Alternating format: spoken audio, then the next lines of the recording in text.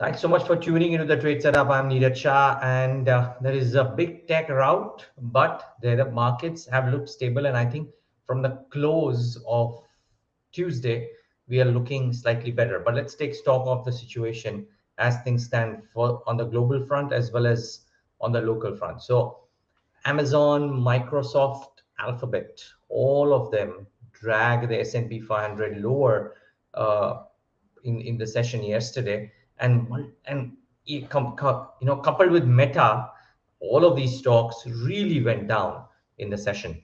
Dollar in yesterday's session, dollar dropped to 3-week lows. Oil has jumped to the highest in 2 weeks after US says Iran deal is unlikely, and Samsung profit misses estimates, deepening the chip slump fear. Samsung itself has gone out and said that this will only end sometime in Q2 2023, if at all. So that's the long and short of it. Frankly, if you look at the global news flow print, you would feel that things are looking terrible. Frankly, okay, let's pull up the US markets and see what they did in yesterday's session. Dow Jones was up, but S&P 500 and the Nasdaq were lower. And like I said, S&P 500 was dragged lower because of the tech crowd, and Nasdaq was down. And Meta is down in double digits, by the way, and up in post trading, and therefore very likely that this fears continue. The other indicators, the dollar index would have shown a bit of a downtick, so sub 110, 109.54. VIX is lower, 27.3. US 10-year yield is back to 4%. So on those count, everything is looking okay. Now, as a result of these 2 or 3 days, and we've had truncated weeks, so we've had choppy trades and compared to the rest of the world. But the SGX Nifty, as it stands, points to a start which is much higher than the close that we had as of Tuesday's trade. So we'll have a start which could be in triple digits, if you will. Let's see if we build on from there, or does the expiry come back to haunt us today, in light of the fact that the world markets may not necessarily be as buoyant as they were day before yesterday. So what's the trade setup? Markets will open higher, and I think the expiry, I mean, to my mind at least, just looking at the trade numbers, doesn't look like the expiry will have a major overhang on the equity markets today. Rollovers this expiry, by the way, have been in line. At least single stock rollovers have been in line with compared to the previous month as well. So no big surprises there of market-wide rollovers perspective. Pockets, if you look at them, I mean, yeah, I've been talking about how the bank Nifty's been outperforming and how that stood chance to continue to do so. Multiple experts have said that, and we spoke about this on Tuesday, that how the PSU banks last week like beat the pants out of the bank Nifty or the Nifty per se, and that continues. I mean, the PSU bank index, for example, even in the session on Tuesday, rose, increased the most. It had increased the most for the third consecutive day, and stocks like SBI, BOB, etc., are at 52-week highs or record highs, as the case may be. So PSU banking space is certainly right up there. I mean, banks per se are right up there. PSU banking stocks are also up there. And there are a bunch of newspaper reports which speak about how today, about how higher deposit rates will hurt margins for banks. But hey, they will hurt margins on a relative basis. The banks have first hiked the lending rates already. So if anything, the deposit rates are only playing catch up. I really doubt there'll be a large hit on NIMs for banking stocks in the times to come. I doubt that will happen. Pharma earnings continue to remain volatile. GLAND Pharma is a case in point. Lotus was a case in point day before yesterday. And therefore, you'll probably see that sector likely to remain volatile. And tech could get impacted post the US performance. And there may not be a likelihood of 1:1 correlation. The business model is materially different. But big tech in US certainly has an impact on tech businesses, unlisted or listed otherwise. And if the big tech in US is going through these issues, who knows what's happening to tech out here. The only thing is, if you will, viewers, is that if you just look at if you just look at the festive sales getting over and the feedback that is coming in from there, it's not too bad. The Diwali shopping, maybe the first Diwali after 2 years, the first normal Diwali after 2 years, the Diwali shopping has been fair. I think if you just do a dipstick study, right, with the restaurants that I have gone to, or the restaurants that you may have gone to in the Diwali period, suggest that they were running full. So people have eaten out, people have shopped out, malls are full, and therefore the Diwali season would have been great for consumer companies.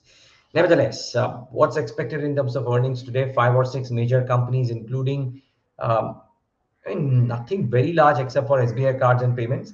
To an extent, the bottom name, Tata Chemicals, will likely have a very strong quarter too.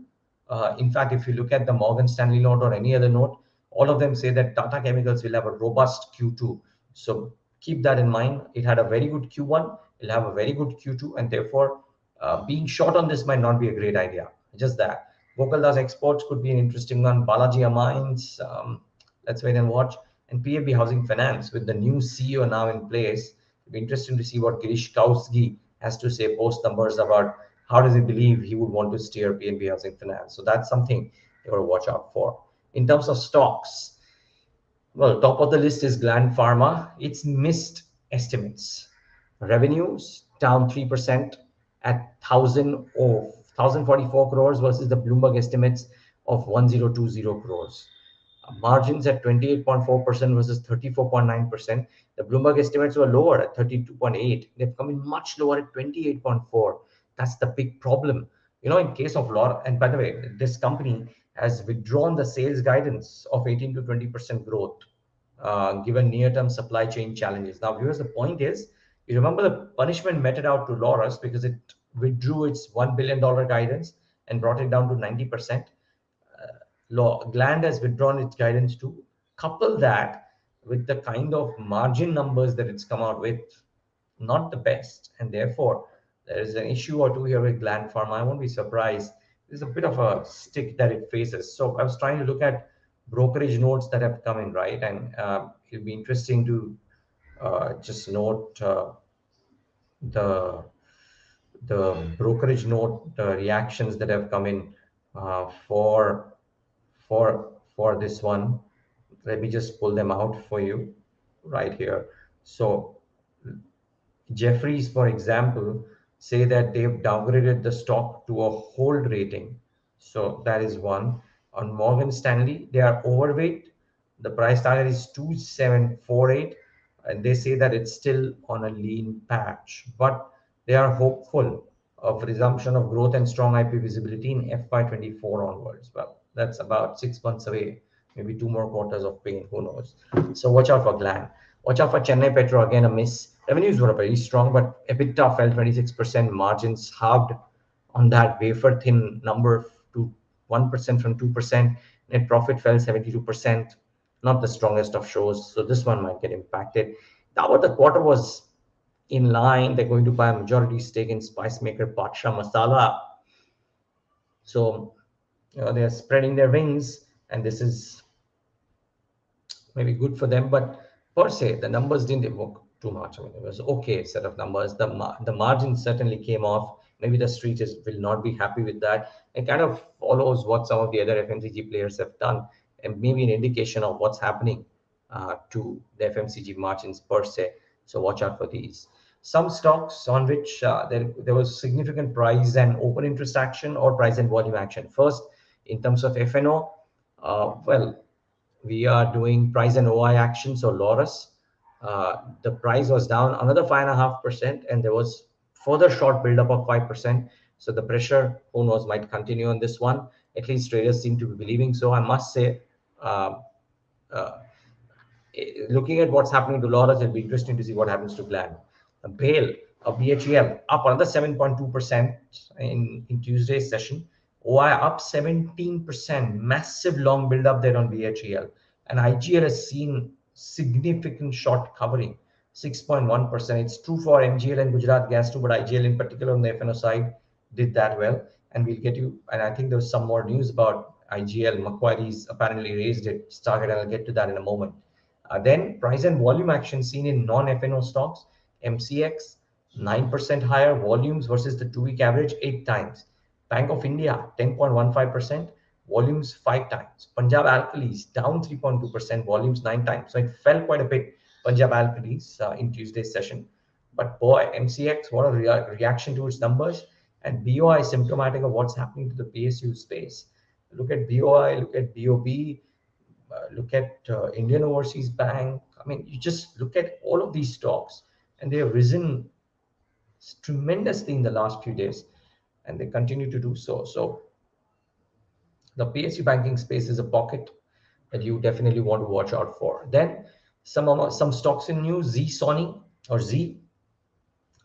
get the CCINR for merger after agreeing to sell 3 Hindi channels. So that's interesting. Hero Motocorp will enter the Philippines market with the Terra Firma partnership. And LT Foods will discuss potential raising of funds on October 31st. So there are 2 or 3 names. Punjab Alkalis, like we mentioned, Quant Mutual Fund though, bought about 45.7 lakh shares at 79 apiece. Now, they've bought in at a bargain. They're a smart mutual fund manager. Everybody is. Of late, quants picks seem to be getting reactions, and that's why I brought it to you. I'm not saying that this means that Punjab Alkalis is a great stock or otherwise. I have no idea, but I just brought this because quant MF stock ideas of late are evoking some response, so you should be aware of it. Some analyst reactions. Atul has been raised to a buyer Elara Securities with a target price of 11,059. Indraprastha Gas, like I said, IGL raised to outperform at Macquarie, and Finolex target price has been cut by Jefferies. It's been lowered to 170 from 195 rupees per share. They of course maintained a buy, but the target price has certainly been lowered.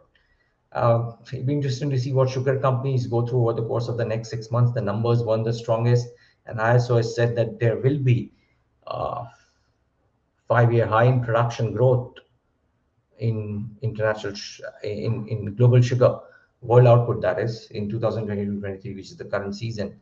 Wonder what it means for sugar prices and thereby the fortunes of the sugar companies. I'll wait and watch. They're more at ethanol play off late, but sugar is an important driver, so it would be interesting to see. So that's the long and short of the trade setup today, viewers.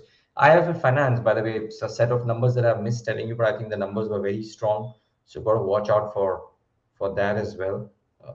And from amongst brokerage notes, like I said, I've already given you a few. There's an interesting note from Morgan Stanley on Tata Elxsi and Motilal Oswal on Titan. So those are a few names to watch out for as well today. I may have missed a few, of course. But thanks so much for tuning in. To everybody, Sal Mubarak, stay safe, and have a wonderful trading day today.